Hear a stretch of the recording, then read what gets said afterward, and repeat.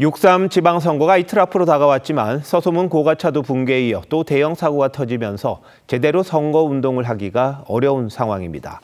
여야 모두 지지자들을 모아야 할 마지막 순간인데도 선거운동을 중단하거나 축소했습니다. 자칫 역풍으로 이어질 수 있는 만큼 발언과 행동에도 신중을 기하는 모습인데요. 조용한 선거 전 김창섭 기자가 취재했습니다. 민주당 정청래 대표가 대전 사고 현장을 둘러봅니다. 오후에 경북을 찾을 예정이었던 정 대표는 사고 소식이 전해진 뒤 일정을 취소하고 급히 대전을 찾았습니다. 당 후보들에겐 유세 중단을 긴급 지시했습니다.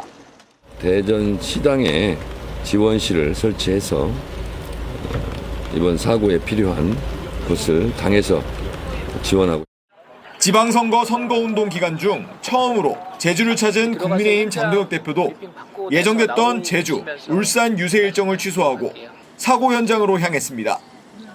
다른 당 지도부 역시 모든 공개 일정을 취소했고 후보들에겐 춤과 노래를 자제한 차분한 선거운동을 진행하도록 했습니다. 대통령이 있어야 할 곳에 대통령이 있어야 하고 대통령이 해야 할 일을 마땅히 해야 할 때입니다. 조국혁신당은 사고 이후 유세차 운행을 멈췄고 개혁신당도 춤과 노래 없는 조용한 선거운동에 들어갔습니다. 하지만 선거가 이틀 앞으로 다가온 만큼 안전 문제와 책임론을 둘러싼 여야 공방은 불가피할 전망입니다. 국민의힘은 이재명 대통령이 폭발 사고 소방 대응 1단계 발령 이후 증시 관련 보도 반박글을 SNS에 올린 걸 두고 한가로운 대통령이라고 비판했습니다. 앞서 서소문 고가차로 붕괴 사고 이후엔 여권이 오세훈 책임론을 들고 나온 바 있습니다. 다만 대형 사고를 과도한 정쟁의 소재로 삼을 경우 역풍을 불러올 수 있다는 점에서 여야 모두 메시지 관리에 나서는 분위기도 감지됩니다. TV조선 김창섭입니다. 안타까운 사고 소식에 지방선거 최대 격전지인 서울시장 후보들도 조용한 유세로 기조를 바꿨습니다. 하지만 상대를 향한 공세까지 멈추진 않았습니다. 부산을 찾았던 이명박 전 대통령은 자신이 서울시장일 때 만들었던 성동구 서울숲을 찾아 오 후보 지원에 나섰습니다. 민주당은 이를 두고 비판을 했는데요. 뭐라고 했는지 김예나 기자가 취재했습니다. 한화 에어로스페이스 사고에 앞서 민주당 정원호 후보는 서울역 앞에서 기자회견을 열었습니다. 오세훈 후보의 안전불감증, 전시 행정 등으로 인한 서울 디스카운트의 시간을 끝내달라며 지지를 호소했습니다. 시민의 생명 앞에서 변명하는 사람들에게는 시민의 삶도 서울의 미래도 맡길 수 없습니다. 서울 중랑구 전통시장에서 시민들을 만난 국민의힘 오세훈 후보는 정 후보의 공세에 억지 춘향식 비난이라고 반박했습니다. 그러면서 대통령 하수인인 정 후보가 당선되면 시민 혈세를 퍼주는 ATM 서울시장이 될 것이라고 맞받았습니다.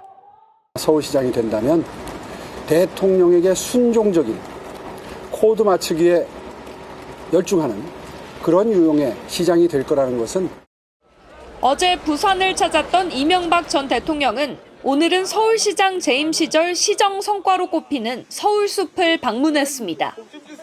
서울숲이 있는 성동은 정 후보의 정치적 기반이기도 합니다. 야당 시장이었는데 어려운 환경 속에서도 열심히 일만 했기 때문에 그래도 일을 다 이뤘어요. 오 후보는 예정된 다른 일정을 소화했는데 민주당은 이 전 대통령의 유세가 정치적 부담이 되자 거리두기에 나선 거라고 주장했습니다. 정 후보 측도 전직 대통령들의 야당 지지 행보에 국민의 심판을 받은 과거 세력이라고 꼬집었습니다. TV조선 김윤아입니다.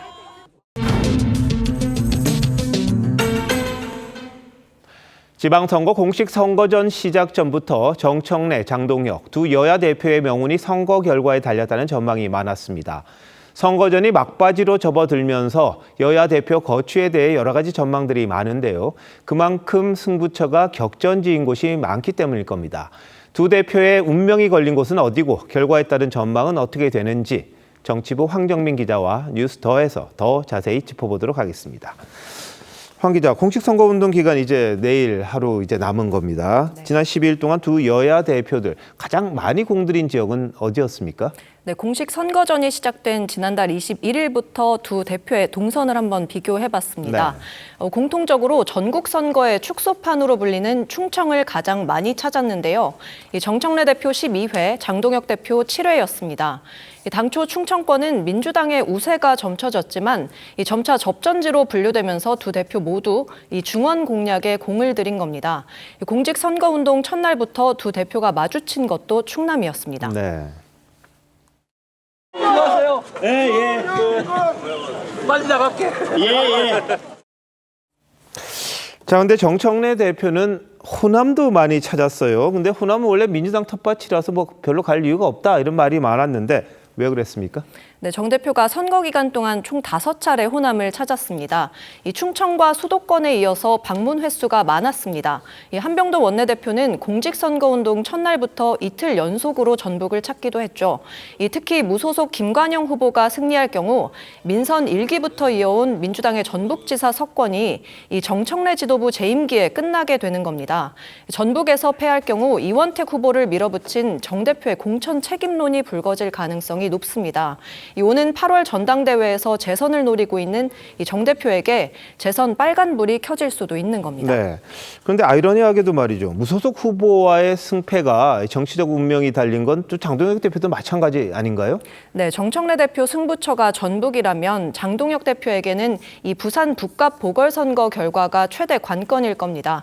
이 현 지도부가 올해 초 무소속 한동훈 후보를 제명했고 이후 당내 일각의 무공천이나 이 단일화 요구를 일축하면서 지금의 3파전 구도를 만들었죠.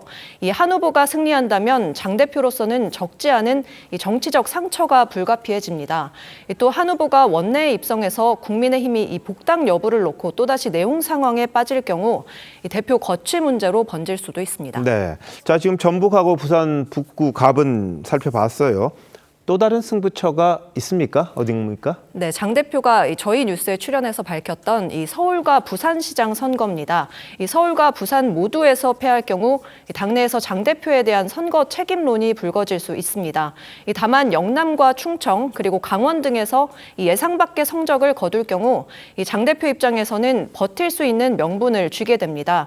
반면 정청래 대표 입장에서는 경기 평택을 재선거 결과가 신경 쓸 대목이 많습니다. 정 대표는 지난 1월 조국혁신당과의 합당을 전격 제안했다 무산된 이후에 조국 대표의 평택을 무공천 요구를 수용하지 않았고요.